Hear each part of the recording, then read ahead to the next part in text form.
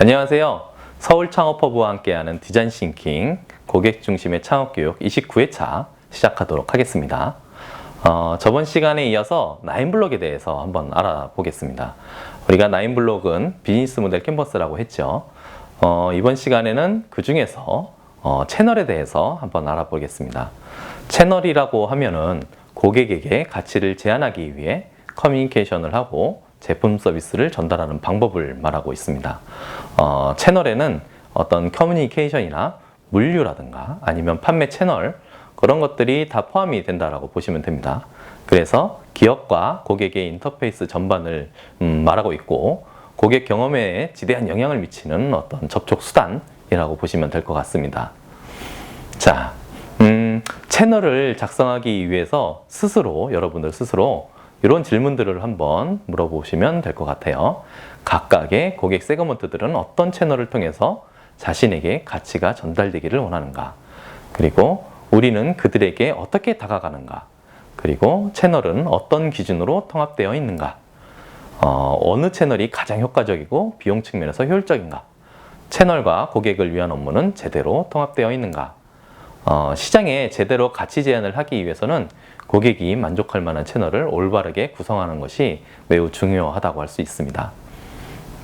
자, 채널은 이런 형태로 분류가 가능하죠. 채널의 유형이라고 보시면 될 것 같아요.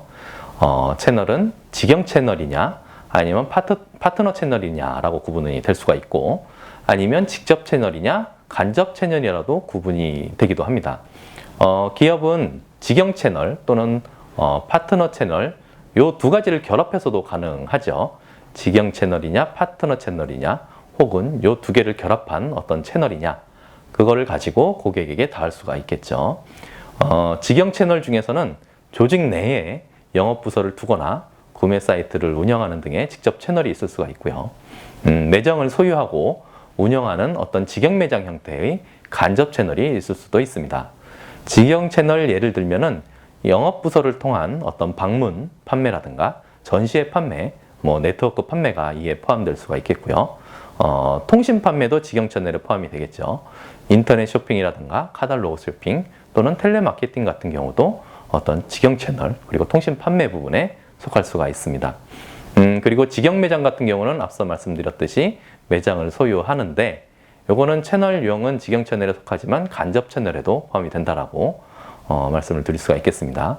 그리고 파트너 채널 같은 경우는 다 간접 채널에 포함이 된다라고 보시면 될 것 같아요. 파트너 채널에는 어떤 프랜차이즈점이나 편의점 같은 파트너 매장을 이용해서 운영을 하는 파트너 채널이 있을 수가 있고 그리고 TV 홈쇼핑과 같은 판매 통신 판매 채널이 있을 수가 있습니다. 그리고 소매점이나 아니면 슈퍼마켓 같은 어떤 그런 곳을 연결해주는 도매상을 이용한 채널이 있을 수가 있겠죠. 파트너 채널을 활용하면 이익은 줄지만 해당 파트너의 역량에 따라서 고객 범위를 확장시킬 수 있다라고 볼 수가 있겠습니다. 채널을 구성하는 요소는 크게 5가지로 구분을 할 수가 있죠. 첫 번째는 이해도, 그리고 평가, 그리고 구매, 전달 방법, 판매 이후의 어떤 지원 방법 이런 5가지 요소들을 검토를 하고 이를 채널을 선택하고 운영하기 위한 어떤 전략으로서 활용도 가능하겠죠. 결국 고객 경험을 향상시키고 수익을 최대로 끌어낼 수 있는 방식으로 채널 전략을 수립해야 된다. 이렇게 말씀드려 있겠습니다.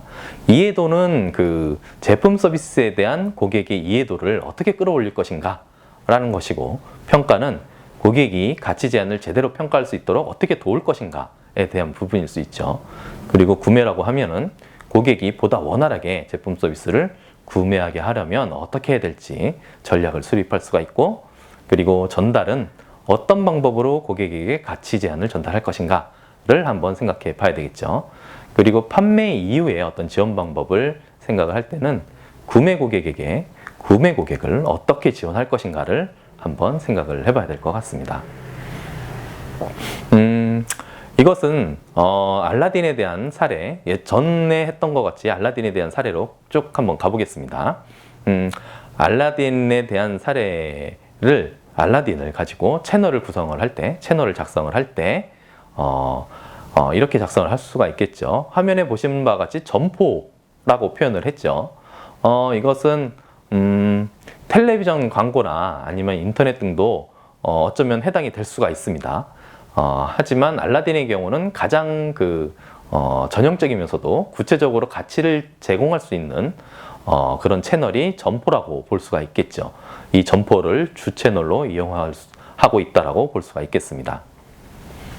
자, 그 다음은 고객 관계에 대해서 한번 알아보도록 하겠습니다. 고객 관계라는 것은 특정 고객 세그먼트하고 어떤 형태의 관계를 맺을 것인가 라는 의미가 있습니다. 고객 관계를 작성하기 위해선 이런 질문들을 한번 던져볼 필요가 있겠죠. 각각의 고객 세그먼트들은 어떤 방식의 고객 관계가 만들어지고 되기를 원하는가를 한번 생각해 볼 수가 있겠고, 우리는 어떤 고객 관계를 확립했는가 또는 확립하려 하는가를 한번 생각해 볼 수가 있겠죠. 그리고 그에 따른 비용이 얼마나 들 것인가를 한번 볼 수가 있겠죠. 마지막으로 다른 비즈니스 모델상의 요소들과는 어떻게 통합되어 있는가, 어떻게 연결되어 있는가를 한번 알아볼 수가 있겠죠. 자, 다시 말하지만 기업은 고객과 어떤 형태의 관계를 수립하고 싶은지 명확히 해야 됩니다. 그 이유는 이 화면에 보이는 세 가지 이유 때문이기도 하죠.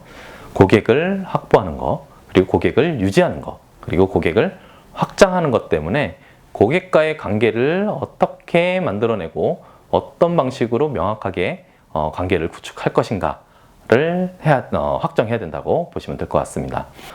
예를 들면 처음 사업을 시작할 때 무료로 무언가를 나눠주거나 아니면 가격을 싸게 해서 고객을 확보할 수가 있겠죠.